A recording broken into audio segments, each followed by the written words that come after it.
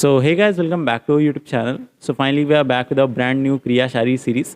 इस सीरीज़ में हम लोगों ने चैप्टर नंबर 4 तक अपना कंप्लीट कर लिया था. आज हम लोग पढ़ने वाले हैं चैप्टर 5. ये जो है 5 बना हुआ है. 5 इस तरीके से भी लिखते हैं हिंदी में या फिर इस तरीके से भी लिखते हैं. तो आप देख लीजिएगा कि हिंदी के वर्ड्स जो हैं वो किस तरीके से लिखे जाते हैं और पहचानना आना चाहिए आपको.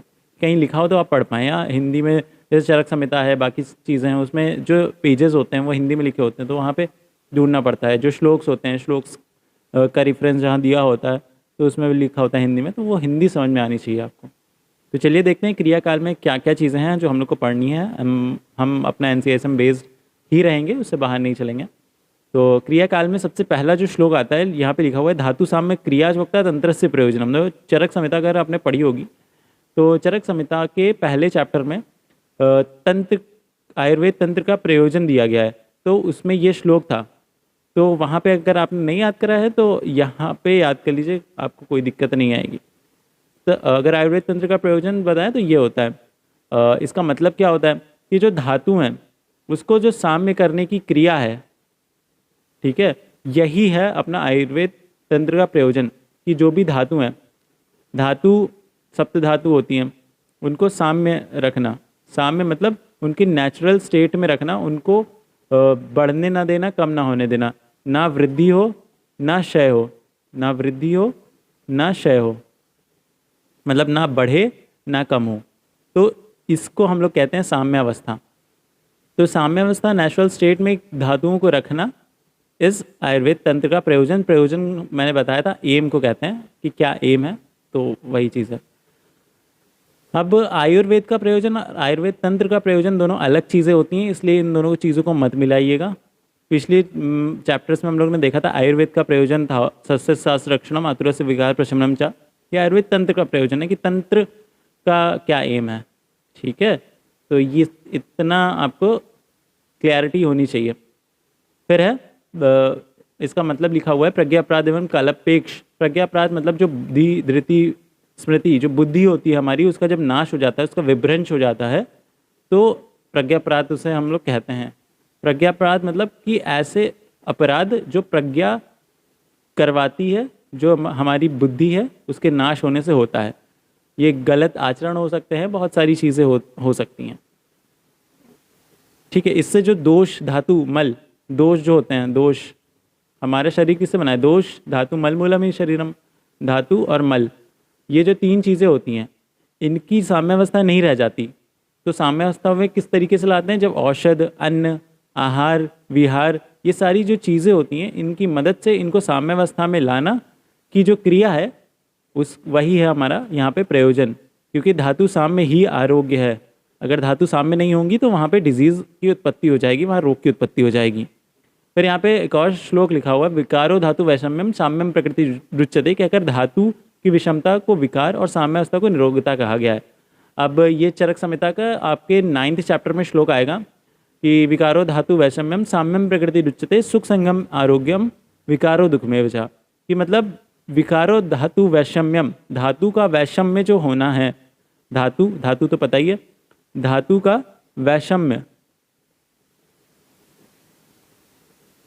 धातु का जो वैषम्य है विकार है, और जो अननेचुरल स्टेट है वही चीज़ होना, इक्विलिब्रियम से हटना, साम्यावस्था से जाना, और प्रकृति का उल्टा होता है वैषम्य. ठीक है, धातु का जब वैषम्य हुआ उसकी वजह से हमारा रोग की उत्पत्ति होती है, और उससे विकार की उत्पत्ति होती है, रोग की उत्पत्ति होती है. तो यही लिखा हुआ है. विकार क्या है? धातु का वैषम्य होना, और साम्य अवस्था में रहना धातुओं का प्रकृति बोलते हैं. प्रकृति रुच्यते, रुच्यते यहाँ पे अलग करेंगे तो प्रकृति उच्चते बोलेंगे.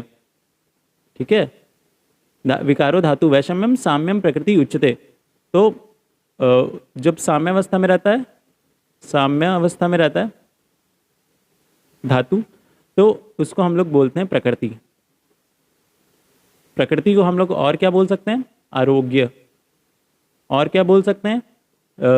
सुख. ठीक है, तो ये कुछ चीज़ें हैं आपको ध्यान में रखना चाहिए, क्योंकि आगे ये सारी चीज़ें आएंगी तो उसमें आपको मदद मिलेगी. तो ये चीज़ें हैं. इस श्लोक का यही मतलब है विकारो धातु वैषम्यम साम्यम प्रकृति. अगर धातु का वैषम्य है तो उससे विकार उत्पन्न होगा, और साम्यावस्था है तो उसे प्रकृति बोलेंगे। और विकारो धातु वैषम्यम साम्यम प्रकृति रुच्यते सुख संज्ञम आरोग्यम। तो आरोग्य जो है, आरोग्य आरोग्य है, उसको सुख संज्ञा दी है, मतलब सुख बोलते हैं। विकारो दुख में बचा, और जो विकार होता है उसको हम लोग कहते हैं दुख। ठीक है, इतनी चीज़ें समझ में आ गई आपको। अब चलिए आगे बढ़ते हैं, देखते हैं और इस चैप्टर में क्या है, क्रियाकाल में क्या है।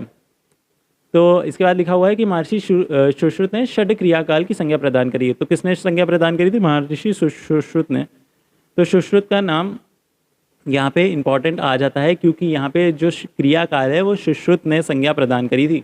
अब चरक ने भी क्रियाकाल बताए थे और सुश्रुत ने भी बताए थे, बट दोनों के में अंतर थे। देखो यहाँ पे लिखा हुआ है कि महर्षि चरक एवं महर्षि भागवत ने व्याधि उत्पत्ति की प्रक्रिया के विकास में 3 क्रमानुसार अवस्थाएं को वर्णित किया है।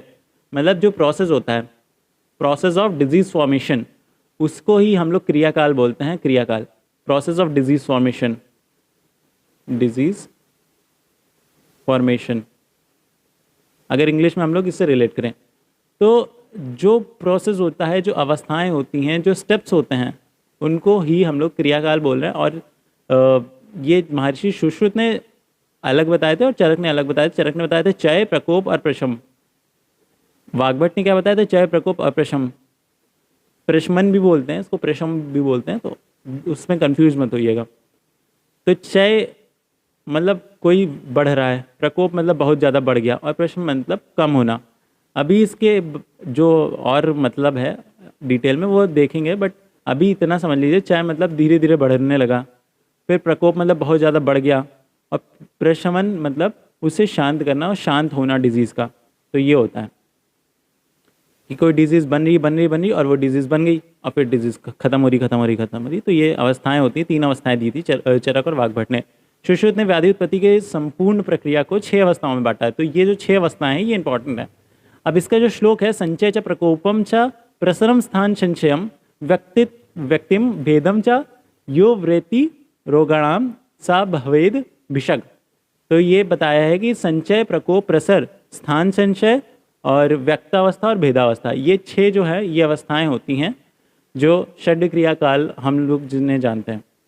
अब और देखते हैं कि जो प्रथम क्रियाकाल होती है जिसको हम लोग कहते हैं संचय अवस्था। तो अष्टांग हृदय ने क्या बताया है कि चयो वृद्धि स्वधम्मेव, कि जो अपने स्थान में दोषों की वृद्धि और वृद्धि ही चय या संचय कहलाती है।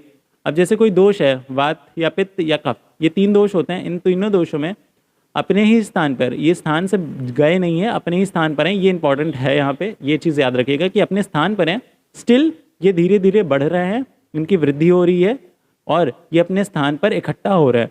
तो इस इकट्ठा होने वाली चीज़ को ही हम लोग संचय बोलते हैं। बहुत आप अगर बाकी उसमें देखेंगे तो बहुत बड़ी बड़ी तरीके से आपको चीज़ें बताई जाएंगी, बट यहाँ पे सारी चीज़ें एकदम सोफिस्टिकेटेड वे में सारी चीज़ें लिखी हुई हैं। तो जैसे जैसे चल रहा है उसी तरीके से पढ़ते रहिए, एकदम ईजिली हो जाएगा। कि जो अपने स्थान है, जैसे ये वात का स्थान है, वात अपना स्थान है और वात के स्थान पर ही उसका बढ़ना, और वो बढ़ रहा है, तो इकट्ठा हो रहा है। तो इकट्ठा होने को ही हम लोग यहाँ पे संचय कह रहे हैं। इसको प्रथम क्रियाकाल बोलते हैं, प्रथम अवस्था बोलते हैं रोग होने का। फिर यहाँ लिखा हुआ है यह रोग का प्रारंभिक अवस्था कहलाती है। स्थिति में दोषों को जो स्थान बताए गए हैं उन स्थान में ही दोषों की वृद्धि होती है, और दोष के प्रकोप के अनेक कारण शास्त्रों में वर्णित हैं, जैसे असात्म इंद्रियार्थ संयोग, प्रज्ञाप्रात, ऋतुओं के अनुसार वय, दिन, रात। तो ये अलग अलग कारण हैं जिनकी वजह से जो होता है क्या कहते हैं, दोष होता है वो प्रकोपित होता है, संचय होता है। अब असात्म इंद्रियार्थ संयोग, प्रज्ञाप्रात और परिणाम, ये सारी जो चीज़ें हैं, ये सारी चीज़ें अभी आगे आएंगी, तो उसका लोड मत लीजिए, आगे आएंगी। तो चलिए आगे चलते हैं। यहाँ देखिए आ गया असात्म इंद्रियार्थ संयोग क्या होता है। इंद्रियों का अपने विषय के साथ अतियोग, अयोग या मिथ्या योग ये रोग के कारण माने गए। अच्छे से इंद्रियाँ होती हैं, इंद्रियाँ कौन सी होती हैं? 5 ज्ञानेंद्रियाँ, 5 कर्मेंद्रियाँ और 1 मन। तो 5 जो ज्ञानेंद्रियाँ होती हैं, 5 जो ज्ञानेंद्रियाँ होती हैं उसमें कौन कौन से होते हैं? घ्राण मतलब नाक, और इस तरीके से देखते हैं हम। जैसे 5 अर्थ होते हैं, शब्द, स्पर्श, रूप, रस और गंध। ये पंच अर्थ होते हैं, पंच विषय होते हैं हमारी इंद्रियों का। शब्द, शब्द जो होता है कौन सुनता है? कर्ण, और या फिर श्रोत भी कहते हैं इसे, श्रोत, कान। स्पर्श का क्या होता है अपना इंद्रिय? त्वचा, त्वक। रूप का क्या होता है? चक्षु, आंखें, आंखें देख पाती है ना। रस का क्या है? जीवा। गंध का क्या है? घ्राण, घ्राण मतलब नासिका।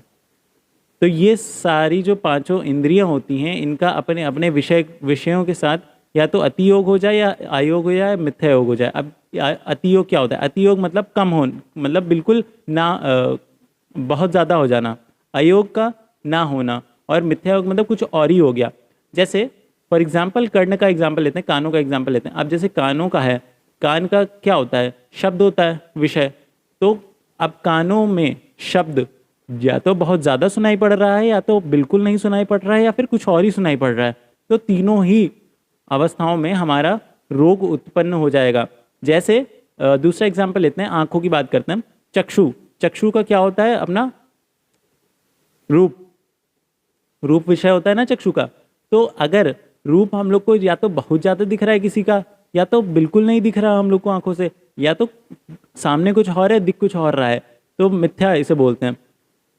सामने है लड़का, दिख रहा है लड़की। तो ये जो चीज़ होती है, इनकी वजह से रोग की उत्पत्ति होती है। एक और एग्जाम्पल ले लेते हैं, शब्द, स्पर्श, रूप, रस। अब रस की बात करते हैं तो रस किससे हम लोग देखते हैं? जीवा से। अब टंग में हमारे टेस्ट आ ही नहीं रहा, या फिर बहुत ज़्यादा आ रहा है, या फिर कुछ और ही टेस्ट आ रहा है, तो तीनों ही कंडीशन में वो रोग का कारण बनती हैं। तो पहला पॉइंट जो है असात्म इंद्रियार्थ संयोग, तो ये यही चीज़ है। समझ में आ गया? कोई चीज़ ना समझ में आई हो तो कमेंट सेक्शन खुला है, उसमें पूछ लीजिए, उसमें अच्छे तरीके से हिंदी में पूरा पूरा बता देंगे। प्रज्ञापराध की बात करते हैं, तो प्रज्ञापराध क्या होता है? धी धृति स्मृति विभ्रष्ट कर्म यत कुरुते अशुभम। मतलब बुद्धि, धैर्य और स्मृति। धी क्या है? बुद्धि है अपनी। धृति क्या है? धैर्य है अपना, कि कितना धैर्य है। स्मृति क्या है? हाँ, हमारी जो मेमोरी है। इनका जब विभ्रंश हो जाए, भ्रष्ट हो जाए ये, तो व्यक्ति अशुभ कर्मों का संपादन करता है, जो गलत कर्म है उनमें लग जाता है। तो शारीरिक और मानसिक जो दोष होते हैं वो प्रकपित हो जाते हैं। तो ये होता है प्रज्ञापराध। अब ऋतुओं के अनुसार प्रज्ञापराध में आपको नॉर्मल सी बात है। अब जैसे दिमाग ही खराब हो गया, तो किसी का तो वो खाना पता चला कि कह रहे हैं कि शाम को 7 बजे खाना चाहिए, अब वो रात के 2 बजे खा रहा है। तो ये धृति स्मृति उसकी विभ्रष्ट हो गई, नष्ट हो गई। उसका दिमाग चल नहीं रहा कि हाँ कितने बजे खाना है, वो रात में 2 बजे खा रहा है। सोना है रात में, वो सो रहा है दिन में। तो ये सारे जो कर्म होते हैं, इनको ही हम लोग प्रज्ञापराध बोलते हैं, और इनसे ही हमारे जो दोष होते हैं वो डिसबैलेंस हो जाते हैं, वो प्रकपित हो जाते हैं। फिर ऋतुओं के अनुसार देखते हैं, तो ऋतुओं के अनुसार जो 6 ऋतु होती हैं, 6 ऋतु कौन सी होती हैं? शिशिर, वसंत, ग्रीष्म, वर्षा, शरद, हेमंत। ये 6 हैं। अष्टांग हृदय में जो ऋतुचर्या चैप्टर, उसमें आप लोग पढ़ेंगे। शिशिर, वसंत, ग्रीष्म, वर्षा, शरद, हेमंत, ये 6 ऋतुएं होती हैं। अब ऋतुओं के अनुसार भी दोषों का संचय होता है। जैसे एक आपने अष्टांग हृदय में ही पढ़ा होगा इस तरीके से, ये हो गया वात, पित्त, और ये कफ हो गया। यहाँ पे आ गया ग्रीष्म, वर्षा, शरद, वर्षा, शरद, हेमंत, शिशिर, वसंत और ग्रीष्म। वर्षा, शरद, हेमंत, शिशिर, वसंत, ग्रीष्म। तो ये जो चीज़ें हैं, ठीक है, ये संचय है, संचय, और ये है प्रकोप, और ये है प्रशमन। तो ये टेबल आपने अष्टांग हृदय में पढ़ी होगी, वहाँ से जाके आप अच्छे तरीके से टेबल देख लीजिए, तो वहाँ से भी आपको समझ में आ रहा होगा कि जो वात होता है, वात का संचय कब होता है? ग्रीष्म ऋतु में होता है। फिर प्रकोप क्या होता है? वर्षा ऋतु में होता है। फिर पित्त का क्या होता है? पित्त का संचय होता है वर्षा में। फिर उसके बाद शरद में उसका प्रकोप हो जाता है, इसलिए बोलते हैं शरद में विरेचन करवाते हैं। और कफ होता है, कफ का शिशिर, वसंत में प्रकोप होता है, तो वसंत में वमन कर्म करवाते हैं। तो ये सारी चीज़ें होती हैं, हर चीज़ का एक लॉजिक होता है। अभी ये थोड़ा ऊपर से ही रहेगा, आपके एकदम चीज़ें समझ में आने में टाइम लगेगा, हो सकता है कि समझ में आ रहा हो क्योंकि आपके अंडरस्टैंडिंग, आपकी बेसिक्स बहुत स्ट्रांग है, बट यही सारी चीज़ें हैं जो अभी चलेंगी फर्स्ट ईयर में, सेकेंड ईयर में, थर्ड ईयर में, हमेशा यही चलने वाली हैं क्योंकि ये मेन बेसिक होता है, इसी पे ही सब कुछ बेस होता है। तो वही बता रहे हैं कि ऋतुओं के अनुसार भी संचय प्रकोप प्रशमन होता है, जो अभी मैंने टेबल बताया। वय की बात करें, वय मतलब एज होता है, तो एज के अकॉर्डिंग भी होता है, दिन के अकॉर्डिंग भी होता है, रात के अकॉर्डिंग भी होता है, भोजन के प्रभाव के अकॉर्डिंग भी होता है। KPV ये याद रखिए, ये चीज़ें आपको बहुत काम आएंगी। जैसे कोई भी किसी भी चीज़ की शुरुआत है तो उसमें कफ की वृद्धि होगी, उसका मिडल है तो उसका पित्त की वृद्धि होगी, और उसका लास्ट है तो वात की वृद्धि होगी। फॉर एग्जाम्पल वय की बात करते हैं तो वय में क्या होता है, बाल्यावस्था, बाल्यावस्था और युवावस्था और अपना वृद्धावस्था।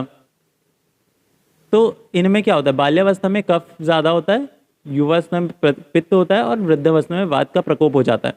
तो ये हो गया वय के अनुसार।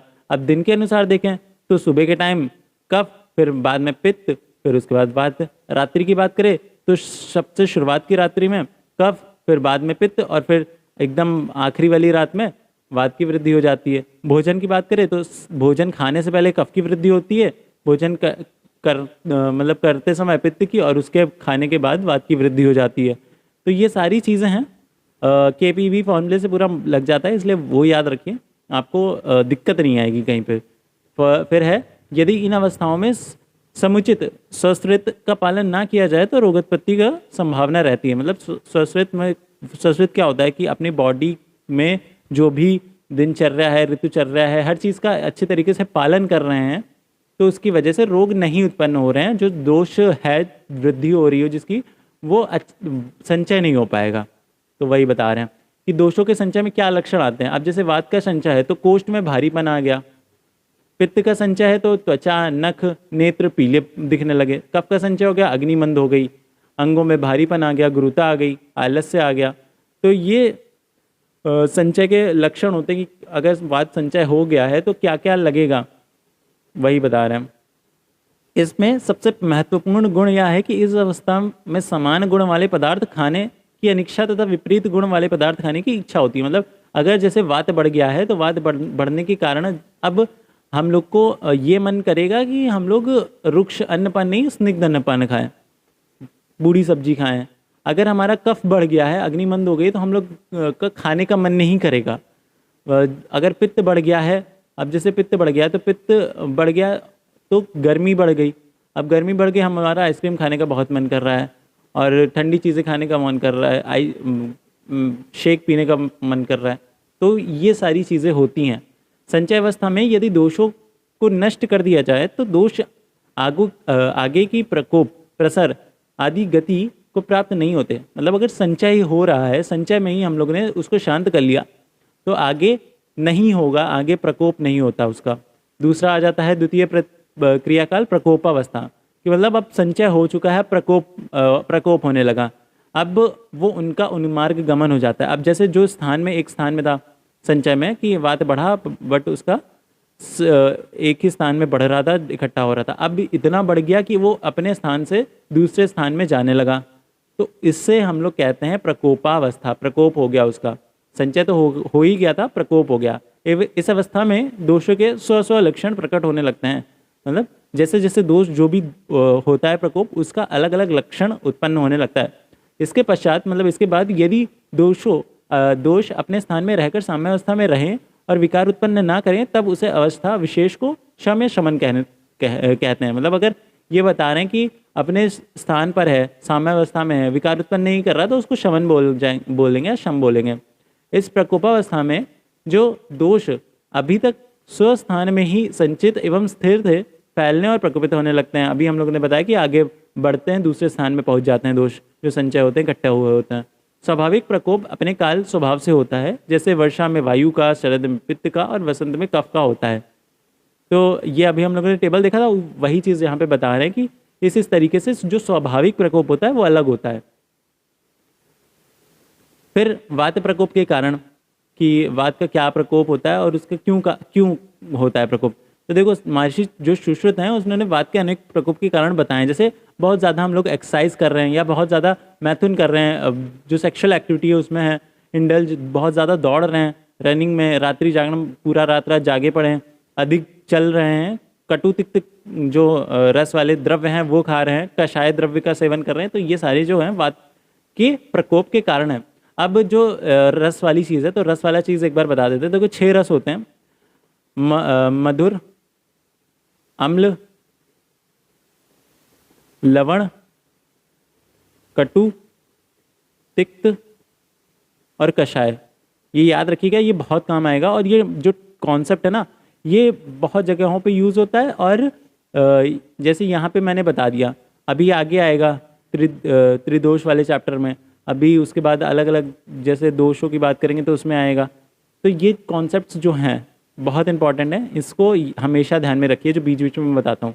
जैसे मधुर, अम्ल, लवण है, ये 3 है ऊपर के और ये 3 है नीचे के, कटु तिक्त कषाय।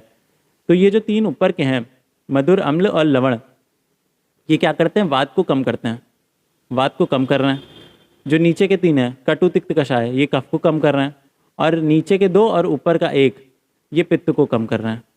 ठीक है, ये चीज़ याद रखिए। अब जो भी हो उल्टा कर दीजिए। जैसे कफ और वात, ये दोनों एक दूसरे के उल्टा होते हैं, विपरीत होते हैं। ठीक है, अगर कफ बढ़ेगा तो वात कम होगा, और अगर वात बढ़ेगा तो कफ कम होगा। ऐसे याद रखिए, के इज इन्वर्सली प्रोपोर्शनल टू 1/, मतलब के इज डायरेक्टली प्रोपोर्शनल 1/v, या फिर K is inversely proportional to v। कफ वात का उल्टा होता है। अगर ये वात को कम कर रहे हैं तो अब आप बता सकते हैं कि ये कफ को बढ़ाएंगे, और अगर ये कफ को कम कर रहे हैं तो वात को बढ़ाएंगे। और पित्त वाला, ये पित्त को कम कर रहे हैं, ऊपर का 1 और नीचे के 2 पित्त को कम कर रहे हैं, तो ये बीच के जो हैं ये पित्त को बढ़ाएंगे। ठीक है, ये कॉन्सेप्ट समझ में आ गया?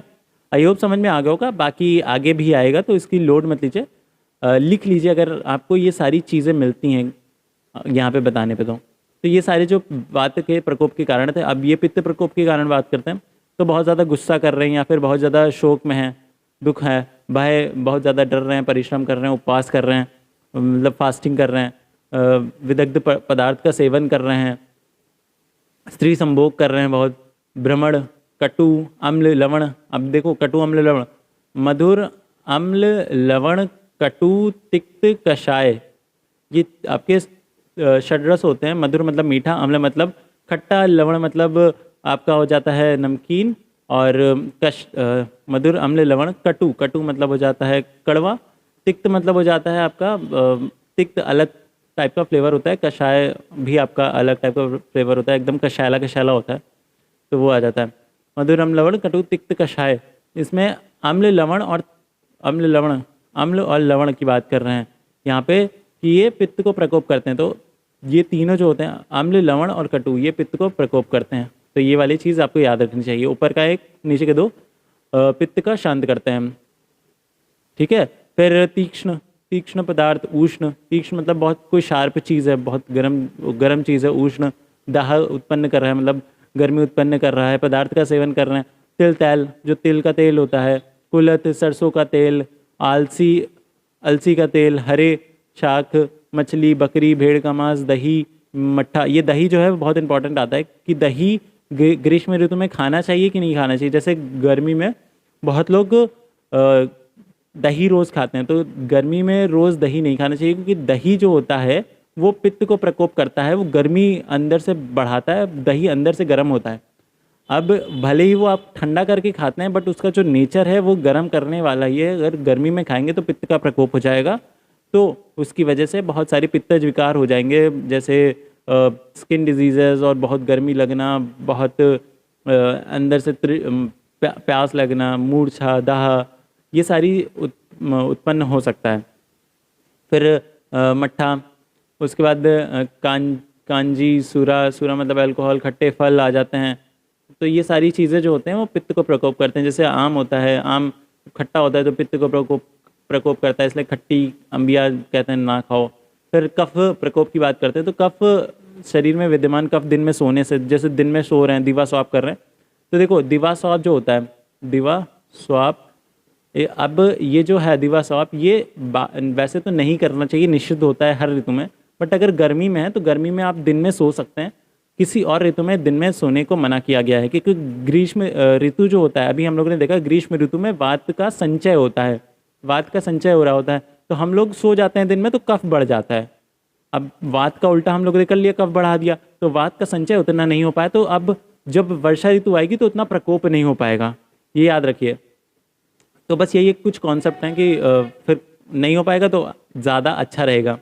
अब व्यायाम ना करने से, व्यायाम कर ही नहीं रहे हैं, आलस में पड़े हुए हैं, मधुर मीठा खट्टा नमकीन बहुत खा रहे हैं, स्निग्ध, शीत मतलब ठंडा, स्निग्ध मतलब चिकना, गुरु मतलब भारी, पिच्छल मतलब स्लाइमी, अभिसंधि जो स्रोतों को अवरोध कर दे, स्रोतों मतलब जो चैनल्स होते हैं बॉडी के उसको अवरोध कर दें, बंद कर दें। पदार्थ खाने से जौ, उड़द, महामाश, आटे के विकार, दही खाने से, दूध, ईख से बने हुए पदार्थ, ईख मतलब गन्ना, मीठे फल, लौकी आदि का सेवन श्लेष्मा को प्रकोपित करता है। तो जो वातज पुरुष प्रकृति वाले जो पुरुष होते हैं वो जनरली वो चीज़ें खाना चाहिए जो पित्त को बढ़ाएं। फिर दोषों के प्रकोप में लक्षण क्या है कि सुश्रुत ने कोष्ठ में सुई चुभने की पीड़ा, वायु का संचार, अम्ल उद्गार मतलब खट्टी डकार, पिपासा मतलब प्यास, और शरीर में दाह, गर्मी, अन्न द्वेष, हृल्लास आदि लक्षणों को दोष के प्रकोप बताए हैं। तो ये सारी चीज़ें बताई गई हैं सुश्रुत ने। फिर तृतीय काल बताते हैं। अब जैसे प्रकोप हो गया, अब प्रसर हो रहा है, उसका प्रसर का शाब्दिक अर्थ है फैलना। अब वो फैलने लगा है अपनी जगह से। इस अवस्था में प्रकोपित दोष प्रसर कर सर्व शरीर अर्थात शरीरस्थ अंगों में विभिन्न रचनाओं तक पहुंच जाते हैं। अब सारे शरीर में फैल गया, ये प्रसर हो गया। अब क्या लक्षण होंगे? तो अगर वात प्रसर हो गया तो क्या होगा? विमार्ग गमन तथा आटोप हो जाएगा। आटोप मतलब गैस टाइप की कह सकते हैं कि पेट में जो दर्द हो रहा है साथ में गुड़गुड़ाहट हो रही है तो उसको आटोप बोलते हैं। पित्त अगर हो गया मतलब पित्त के कारण दोषों के प्रसर के लक्षण ये लिखा हुआ है सुश्रुत के अनुसार। प्रकोपित प्रसर दोष शरीर में निम्न लक्षणों को प्रकट करते हैं। कारण यही यहाँ लक्षण की बात करेंगे, लक्षण होना चाहिए।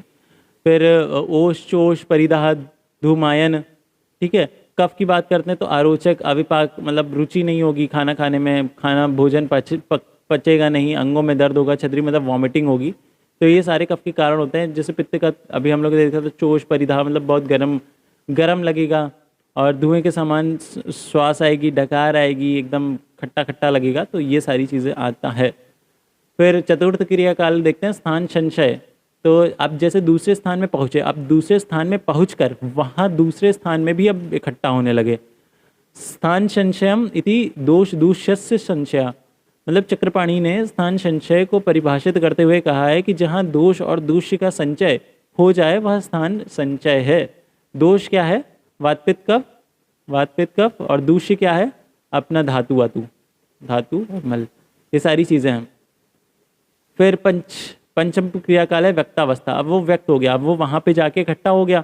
अब इकट्ठा होने के बाद अब वो व्यक्त हो रहा है कि हाँ अब देखो रोग उत्पन्न हो रहा है। व्याधि प्रवक्तः रूपा व्यक्ति, तो मतलब यहाँ लिखा हुआ है कि व्याधि के प्रवक्त मतलब अभी व्यक्त पूरी तरीके से नहीं हुआ बट प्रवक्त पहले होने वाला व्यक्त रूप में व्यक्तावस्था होती है। सुश्रुत के अनुसार व्यक्तावस्था व्याधि की वह अवस्था है जिसमें दोष दूष समूर्छना के फलस्वरूप, समूर्छना मतलब मिलना, के फलस्वरूप व्याधि के लक्षण या चिन्ह प्रकट हो जाते हैं कि हाँ अब व्याधि उत्पन्न होने लगी है, ज्वर आने लगेगा तो पता चल जाएगा कि हाँ कोई दिक्कत है।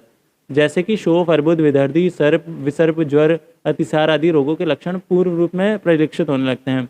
अब ये बहुत सारे अलग अलग तरीके के रोग लिखे हुए हैं, बहुत ज़्यादा डीप में नहीं जानना है, बस यही जान लीजिए कि हाँ जैसे अतिसार हो गया, जैसे अतिसार को इंग्लिश में जनरली बोलते हैं डायरिया, डायसेंट्री, तो ये अतिसार में आ जाता है, ज्वर हो जाता है, फीवर, इसी तरीके से हैं बहुत सारे। फिर अवस्था में प्रत्येक रोग के मुख्य लक्षण प्रकट होते हैं। उन लक्षणों को उत्पन्न होने से रोग किसी विशेष नाम से जाना जाता है। उस अवस्था विशेष को व्यक्तावस्था कहते हैं। अब जैसे हर डिजीज़ है तो हर डिजीज़ का एक पर्टिकुलर पिक्यूलियर कैरेक्टरिस्टिक फीचर होता है जिसकी वजह से हम कह सकते हैं कि हाँ ये अगर मिल गया तो पक्का है कि यही वाली दिक्कत होगी। तो वो जिस अवस्था में पता चलता है उस अवस्था को हम लोग कह रहे हैं व्यक्तावस्था है। कि उदाहरण के लिए अतिसार में मल निकलना, अब जैसे अब क्या कह रहे हैं डिसेंट्री है, तो डिसेंट्री में जो मल है, जो फीकल मैटर है, तो फीकल मैटर अगर निकल रहा है तो हम लोग को पता चल गया हाँ कि अब अतिसार हो गया।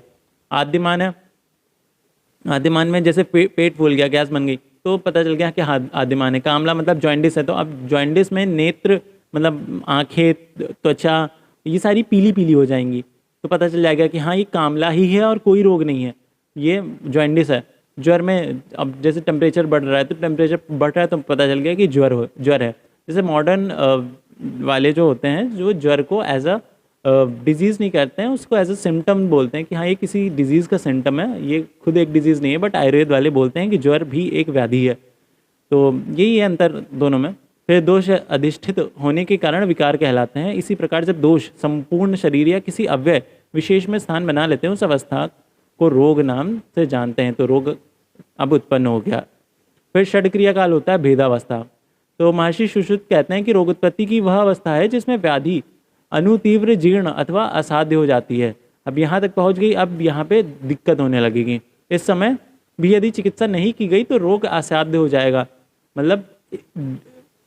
मतलब क्यूरेबल नहीं रहेगा, फिर इनक्यूरेबल हो जाएगा। फिर अब यहाँ पे क्रियाकाल के संक्षिप्त स्वरूप देखते हैं। संक्षिप्त स्वरूप जैसे संचय था, तो संचय में क्या हो रहा था? स्तब्ध, पूर्ण कोष्ठता, पीत अवभासता, अग्नि मंदता, अंगों में भारीपन एवं आलस, क्षय कारणों में वृद्धि। अब जैसे कोष्ठ है, कोष्ठ स्तब्ध हो गया, भरा भरा लग रहा है। पीत अवभासता मतलब डकार आ रही है, विध पीलापन और जो भी पित्त वाली जो दिक्कतें थी वो हो रही हैं।